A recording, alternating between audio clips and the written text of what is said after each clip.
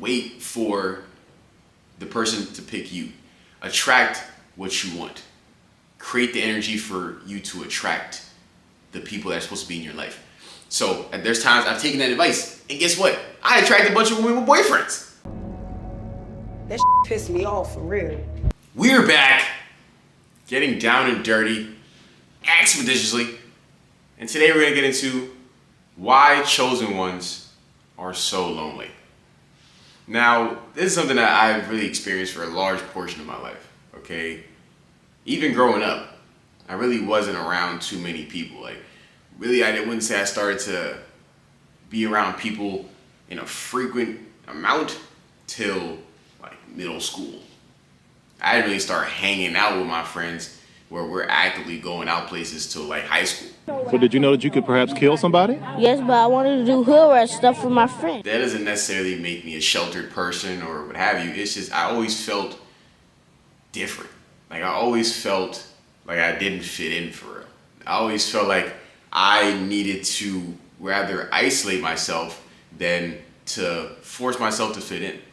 So ultimately, the feeling of loneliness comes in when you're not a person that can be amongst a crowd and feel like you are a part of that community without forcing yourself to feel like you're a part of that community. I have nobody to call my own girl. Me personally, it's hard for me to fake the funk. If I'm not feeling comfortable around the people that I'm around, I'm probably just gonna shut down, or I'm just not gonna speak too much. Or I could actually be feeling nothing and still just not want to speak that much. Man, I don't want to talk your bitch. I wouldn't say every time that I'm being quiet it's because I'm uncomfortable around people, but sometimes I just don't want to say nothing. Sometimes I'm thinking about something completely different. Most times I'm thinking about what I'm finna eat. Eat a Snickers. Why? Because you get a little bit whiny when you're hungry. But people automatically think that there's something wrong with me, or they're asking like, yo, you doing okay? Like, you okay? And I'm just like, yeah, I'm fine, I'm chilling. You know, like I can be in a room, not say nothing, and really just be chilling. Doesn't mean there's anything wrong. It doesn't mean I'm upset or something like that. I'm just chilling, right? And a lot of people are not gonna grasp that concept. So it kind of ostracizes you and forces you to be a person that the world looks at as different, right? And that's why I have a quote saying, I'm not weird, I'm unique. Because I do a bunch of things in my life that people have called me weird for, you know, and it's hard for me to even roll them off the top of my head at this point, but I have those things in me. Even the fact of me talking to a camera right now, because I know there's another person on the other side of this lens that feels me. But there's people out there that would look at this as weird. And I'm really just speaking to another person that grasps what I got going on and what's in my brain. Weird, buddy. You're weird. People either hate me or they love me. There's usually not an in-between. And if I don't show them love or value, then they look at me like I hate them, right? And I've been in so many different situations where I'm a person that holds a level of value and another person holds a level of value, but if I don't reach out to them and extend my hand, they feel like I don't like them. What? They put me on this upper echelon pedestal that I guess I can say I appreciate, but at the same time it's like they wouldn't put themselves on that pedestal. People have applied expectations to me that they would not put on themselves, because no one wants to have that amount of weight on their shoulders to be a chosen one. To be a chosen one is not something that you can pick yourself. It's really how you see the way in which people act towards you, whether they gravitate towards you, they hate you. We got this new thing called classism. It's racism's cousin. To me, in the aspect of being a chosen one, whether male or female, but me as a male, it's where other men want to be you, other men want to be around you, women want you, women want to be around you, or both parties will hate you because you're a threat.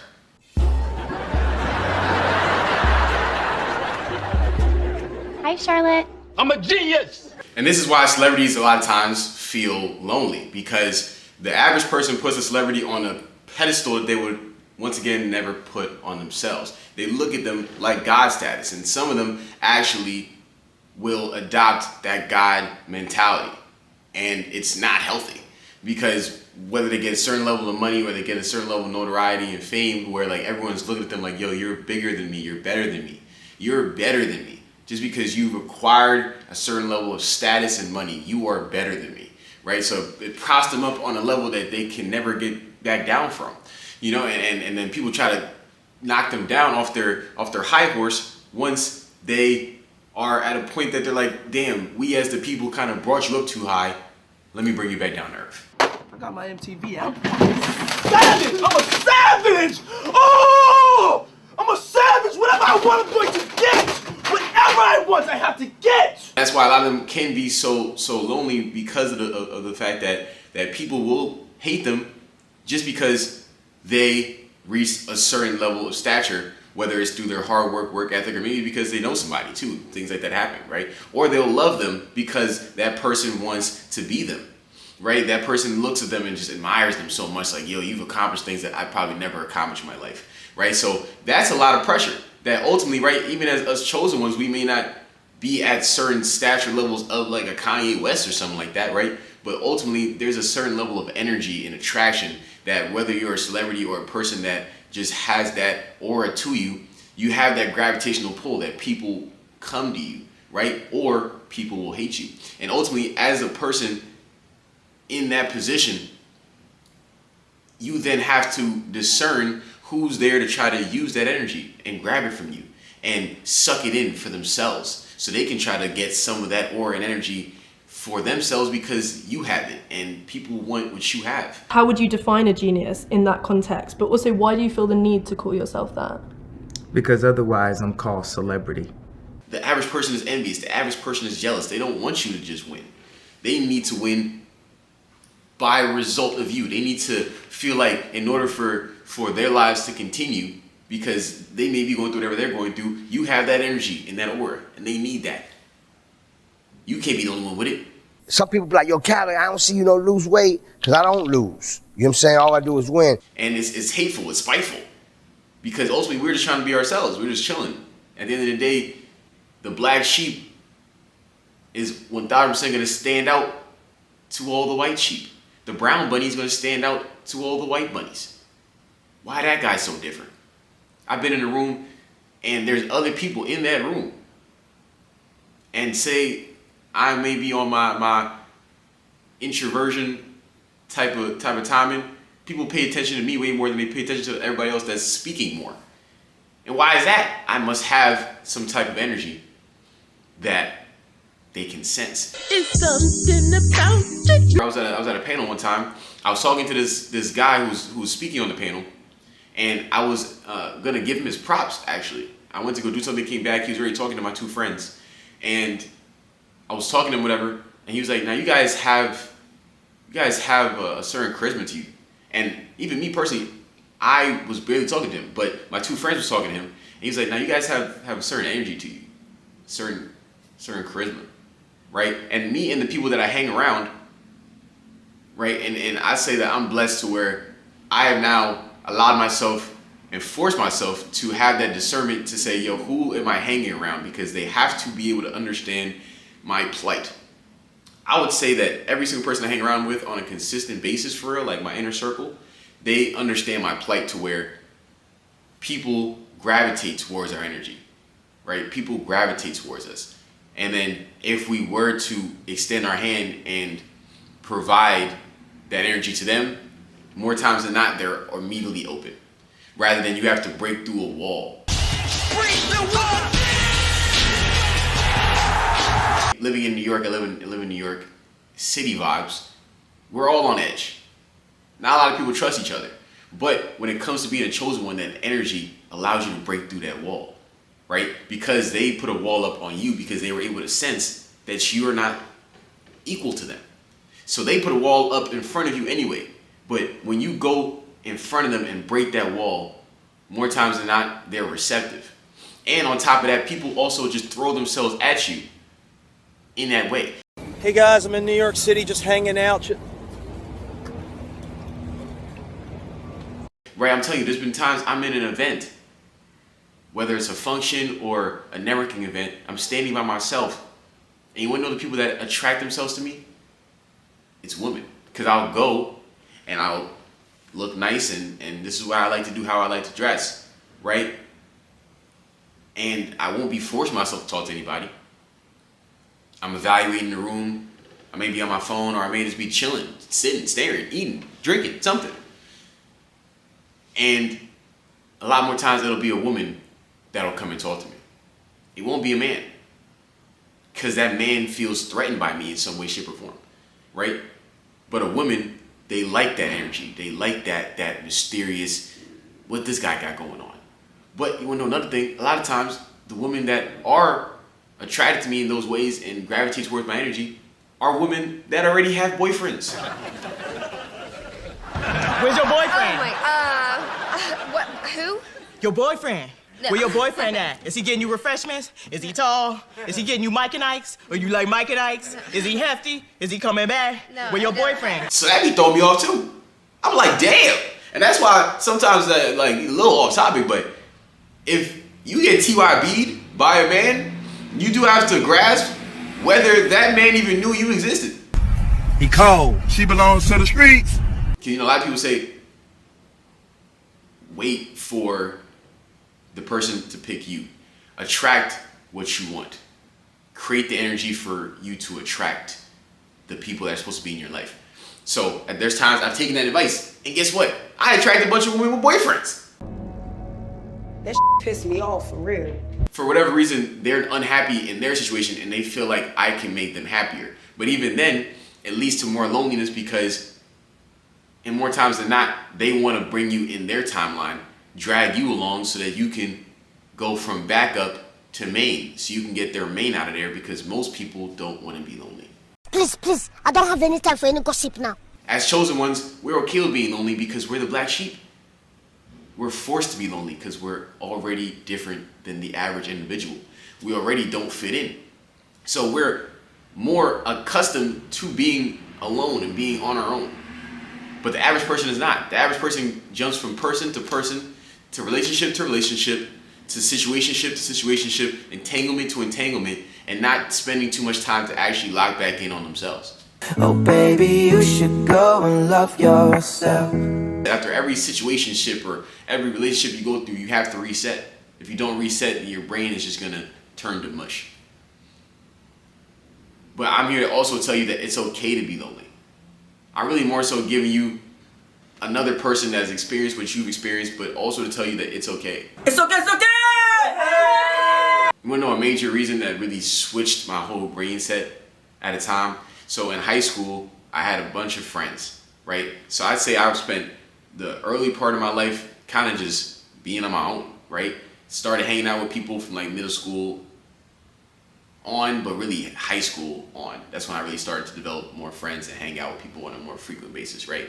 So by high school, going into college, at this point it's like sophomore year of college, a couple years into college at this point, right? So I'd been hanging with this group of friends for a while.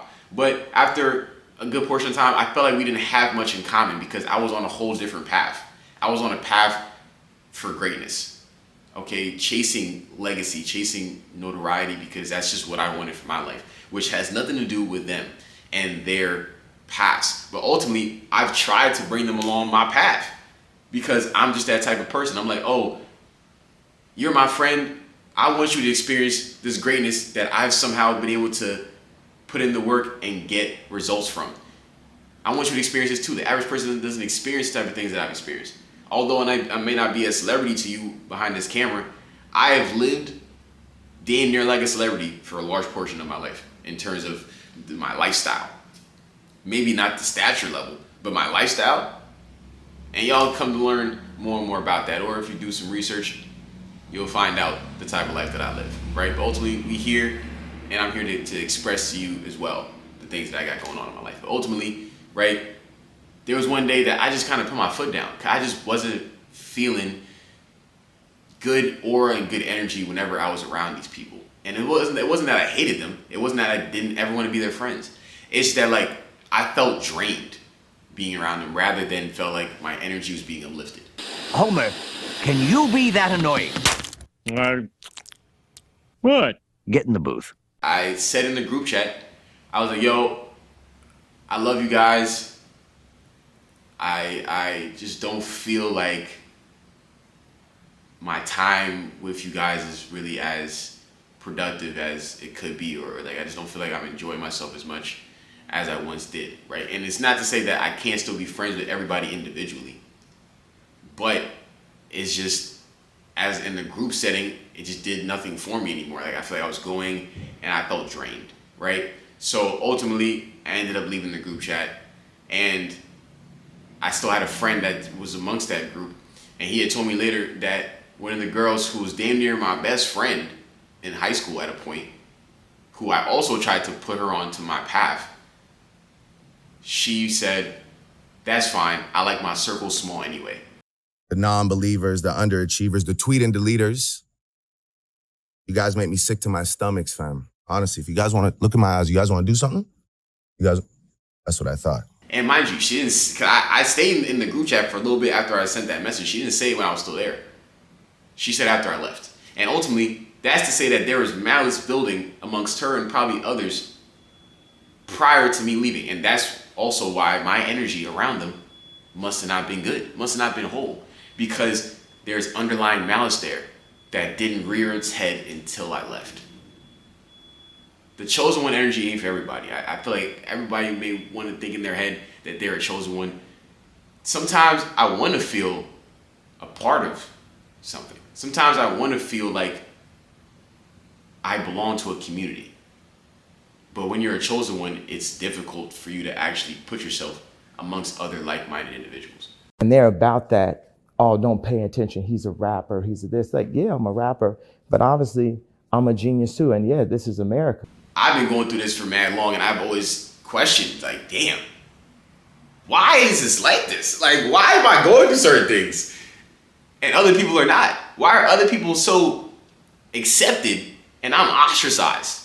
For a large portion of my life, it always felt like, damn, I've been ostracized, or people try to drag me along so I can provide as much value to them as possible without them providing as much to me. Probably because they just feel like I can provide more to them than they can otherwise. And it can be annoying. And it makes you think, damn, like, is there anybody else that feels me? Too black for the white kids and too white for the blacks. From on the road to cracking locks up off them bicycle racks. And then when I started to do some research, it's the chosen one community. And you even acknowledge yourself as that to somebody else, they'll probably try to belittle you and downplay you. Y'all know what y'all want to do after college? I might drop out of college and start my own clothing brand.